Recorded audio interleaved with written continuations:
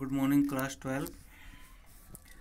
Today's topic is electrostatic shielding. Yesterday we have discussed topics related to equipotential surface and direction of electric field at the surface of a charged hollow sphere. So as you know that direction of electric field on the surface of a charged is perpendicular to the surface, and electric field inside a hollow sphere, that is zero, and electric potential is constant. So electrostatic shielding means the region where electric field is zero. As we know that electric field is zero inside a charged hollow sphere. तो समझा देता हूँ। यहाँ ये क्या है, ये hollow sphere है और चार्ज्ड है, ठीक है। इलेक्ट्रिक फील्ड अप्लाई किया गया है, ये पॉजिटिव प्लेट है, ये नेगेटिव प्लेट है, तो प्लस से माइनस की तरफ इलेक्ट्रिक फील्ड है। तो जो स्फीयर है, हॉलो स्पेस है, कंडक्टर है, उसके अंदर इलेक्ट्रिक फील्ड जीरो है और चार्ज जीरो है। तो यहाँ हम क्या कर सकते हैं, जैसे हमारा ATM कार्ड है, उसको अगर हम इलेक्ट्रिक या इलेक्ट्रोमैग्नेटिक फील्ड में रखेंगे तो वो डैमेज हो सकता है, उसमें जो मेमोरी स्टोर्ड है डिजिटल फॉर्म में वो जो है डैमेज हो सकती है। तो ऐसे सेंसिटिव इंस्ट्रूमेंट, ठीक है, sensitive instrument appliance are affected seriously with strong external electrostatic field, ठीक है। तो इलेक्ट्रोस्टैटिक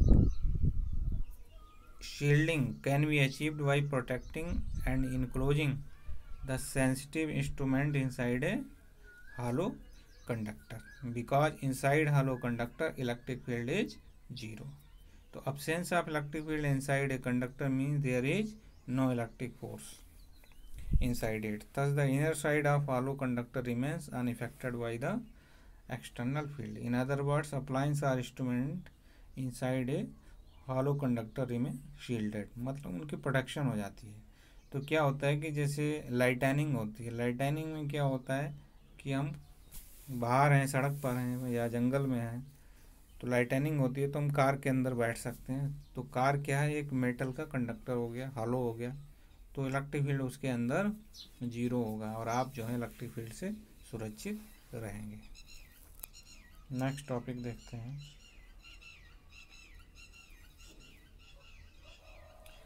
नेक्स्ट टॉपिक है डाइलेक्ट्रिक्स एंड पोलराइजेशन।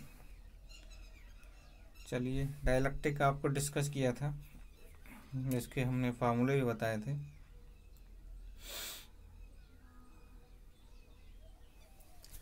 डाइलेक्ट्रिक हैं क्या, द नॉन कंडक्टिंग मटेरियल, मतलब जो कंडक्टर नहीं है, जिनमें फ्री इलेक्ट्रॉन नहीं है, जैसे एयर है, ग्लास है, माइका है, पैराफिन वैक्स है, ठीक है।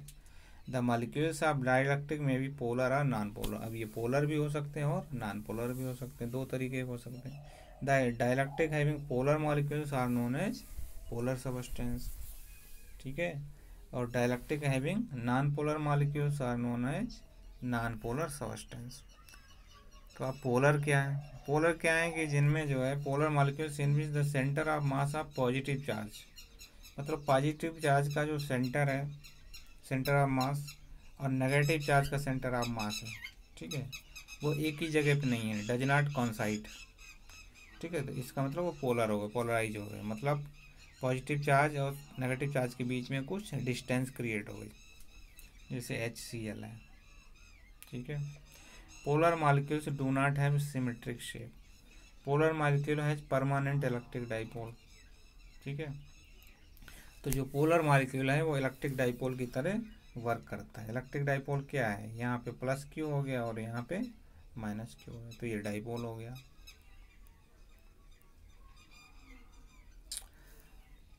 अब क्या है कि पोलर मॉलिक्यूल ऐसा हो गया, ये जैसे हमने यहाँ दिखाया है, एक प्लस और माइनस, ये मॉलिक्यूल था प्लस माइनस, तो ये पोलर मॉलिक्यूल हो गया। तो जब एक्सटर्नल इलेक्ट्रिक फील्ड जीरो है तब ये मॉलिक्यूल क्या है, रेंडमली ओरिएंटेड होंगे, इनकी डायरेक्शन क्या है, नेगेटिव से पॉजिटिव, तो इनका जो वेक्टर सम है वो क्या हो जाएगा, जीरो हो जाएगा, यानी नेट पोलराइजेशन जो है वो जीरो है, कि कब, जब एक्सटर्नल इलेक्ट्रिक फील्ड जीरो है। तो ये रेंडमली ओरिएंटेड है, तो इनका पोलर क्या है, पोलराइजेशन जो है वेक्टर क्वांटिटी है, तो इनका जो नेट पोलराइजेशन है वो जीरो है जब इनको एक्सटर्नल इलेक्ट्रिक फील्ड में रखा गया। लेकिन जैसे ही एक्सटर्नल इलेक्ट्रिक फील्ड की वैल्यू जीरो से बढ़ाई गई, ठीक है, मतलब ग्रेटर देन जीरो, यहाँ क्या इलेक्ट्रिक फील्ड जीरो था, तो ये रैंडमली ओरिएंटेड थे और इनका जो वेक्टर सम है वो जीरो था, यानी नेट पोलराइजेशन जीरो था। लेकिन यही पोलर मॉलिक्यूल जब एक्सटर्नल इलेक्ट्रिक फील्ड जो कि जीरो नहीं है, E is not equal to zero, उसमें रखे गए, तो क्या होता है कि ये इलेक्ट्रिक फील्ड की डायरेक्शन में ओरिएंट हो जाते हैं। ठीक है, इलेक्ट्रिक फील्ड होता है प्लस से माइनस की ओर, ठीक है, प्लस से माइनस की ओर। तो ये इसमें शायद गलत छपा हुआ है। तो क्या होता है, इनका नेगेटिव हिस्सा इधर हो जाएगा और पॉजिटिव हिस्सा नेगेटिव की तरफ हो जाएगा। तो पॉजिटिव हिस्सा इनका जो है वो नेगेटिव की तरफ हो गया और नेगेटिव हिस्सा पॉजिटिव की तरफ हो गया। मतलब प्लस प्लस को रिपेल करता है, ठीक है, और माइनस माइनस को रिपेल करता है। तो प्लस की तरफ सारे माइनस वाले हिस्से हो जाएंगे और प्लस की तरफ सारे माइनस वाले हिस्से और माइनस की तरफ प्लस वाले हिस्से हो जाएंगे। ठीक है, तो ये इसकी सिचुएशन होगी जब पोलर मॉलिक्यूल को external electric field which is greater than zero, ठीक है, उसमें रखा गया है। समझ गए? तो ये इसमें बात है। अगला टॉपिक देखते हैं।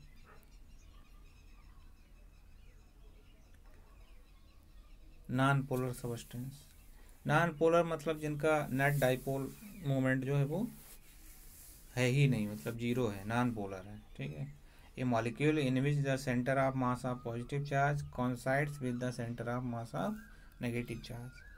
ठीक है, जैसे ये है प्लस चार्ज और माइनस चार्ज एक ही जगह पे उनका सेंटर, तो उनका नेट डाइपोल मोमेंट कितना है, जीरो है, और एक्सटर्नल इलेक्ट्रिक फील्ड में रखे गए हैं तो उनका एक्सटर्नल इलेक्ट्रिक फील्ड जीरो है, मतलब बाहरी इनका कोई इन्फ्लुएंस नहीं है इनके ऊपर। तो इनका जो पोलराइजेशन कितना हो गया, डाइपोल मोमेंट कितना हो गया, जीरो हो गया।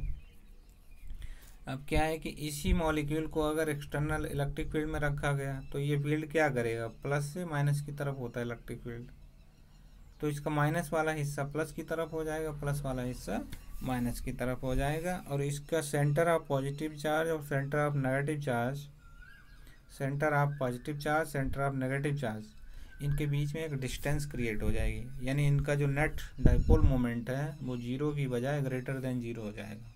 तो ये इनका बिहेवियर होता है, effect of electric field on the non polar molecule. तो उसके कुछ एग्जाम्पल हैं, जैसे H2 है, O2 है, N2 है, CO2 है, मीथेन, बेंजीन। ठीक है, तो आप जो है एक दो एग्जाम्पल याद रखिए, ज़्यादा नहीं।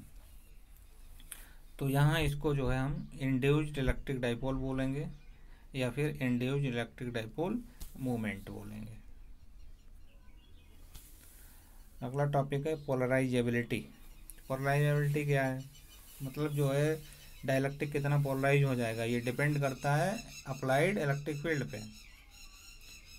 तो अप्लाइड इलेक्ट्रिक फील्ड पे डिपेंड करता है। ठीक है, तो पोलराइजेशन जो है, पोलराइजेबिलिटी जो है directly proportional to applied electric field. अब यहाँ एप्सिलॉन नॉट और अल्फ़ा ये कांस्टेंट मेंटेन करने के लिए लाए जाते हैं। ठीक है, तो अगले टॉपिक में देखिए, अल्फ़ा की यूनिट क्यूबिक मीटर लाने के लिए एप्सिलॉन नॉट लगाया जाता है, या यूँ समझिए कि ये कांस्टेंट जो है थोड़ा कैलकुलेशन जो है रिलेबल बनाने के लिए रखा जाता है। तो अल्फ़ा जो है इसको मॉलिक्यूल या एटॉमिक पोलराइजेबिलिटी बोलते हैं। तो अल्फ़ा बराबर P अपन एप्सिलॉन नॉट ई। तो P क्या है, डाइपोल मोमेंट है, तो ये कूलम मीटर में हो गया, एप्सिलॉन नॉट ये हो गया, और इलेक्ट्रिक फील्ड न्यूटन पर कूलम हो गया। तो ये कूलम कूलम कैंसिल हो गए, कूलम स्क्वायर, ये कूलम -1 ऊपर गया तो कूलम स्क्वायर कैंसिल हो गया, न्यूटन और न्यूटन -1 ये भी कैंसिल हो गया, मीटर -2 ऊपर गया तो मीटर क्यूब हो गया। कुल मिला के अल्फ़ा की यूनिट जो है वो क्यूबिक मीटर आ गई। ठीक है, तो पोलराइजेबिलिटी का फार्मूला आपको याद रखना है, पोलराइजेबिलिटी बराबर epsilon not alpha into electric field. ये जो है मेन पॉइंट है, इसको याद रखना है। ये हमने 2-3 फॉर्मूले आपको बताए हैं। डाइलेक्ट्रिक कांस्टेंट क्या होता है, F not upon F M, मतलब force in space upon force in medium, या इसको ऐसे भी समझ सकते हो। एप्सिलॉन आर क्या है, यही डाइलेक्ट्रिक कांस्टेंट है। Epsilon naught into epsilon R बराबर एप्सिलॉन। तो एप्सिलॉन नॉट क्या है, permittivity of space. Epsilon R क्या है, रिलेटिव परमिटिविटी ऑफ मीडियम। और एप्सिलॉन क्या है, एब्सोल्यूट परमिटिविटी ऑफ मीडियम। तो एप्सिलॉन आर बराबर एप्सिलॉन अपॉन एप्सिलॉन नॉट। यह डाइलेक्ट्रिक कांस्टेंट बराबर इलेक्ट्रिक फील्ड, ये वाला जब यहाँ डाइलेक्ट्रिक है ही नहीं, एयर है, और यहीं इलेक्ट्रिक फील्ड जब यहाँ डाइलेक्ट्रिक कांस्टेंट लगा दिया गया, जैसे वैक्स भर दिया गया दो प्लेटों के बीच, इन प्लेटों के क्रॉस जो है इलेक्ट्रिक फील्ड है, क्योंकि ये पॉजिटिव प्लेट है, एक नेगेटिव प्लेट है, तो इसके बीच में ये डाइलेक्ट्रिक भर दिया गया, तो उस समय इलेक्ट्रिक फील्ड जो है ये कम हो गया। तो इस तरीके से डाइलेक्ट्रिक कांस्टेंट के 3 फार्मूले आपके सामने हैं, तो इनको सही से समझ लीजिए। Thanks for watching. कल जो पढ़ाया था उस पर 1-2 क्वेश्चन देखते हैं।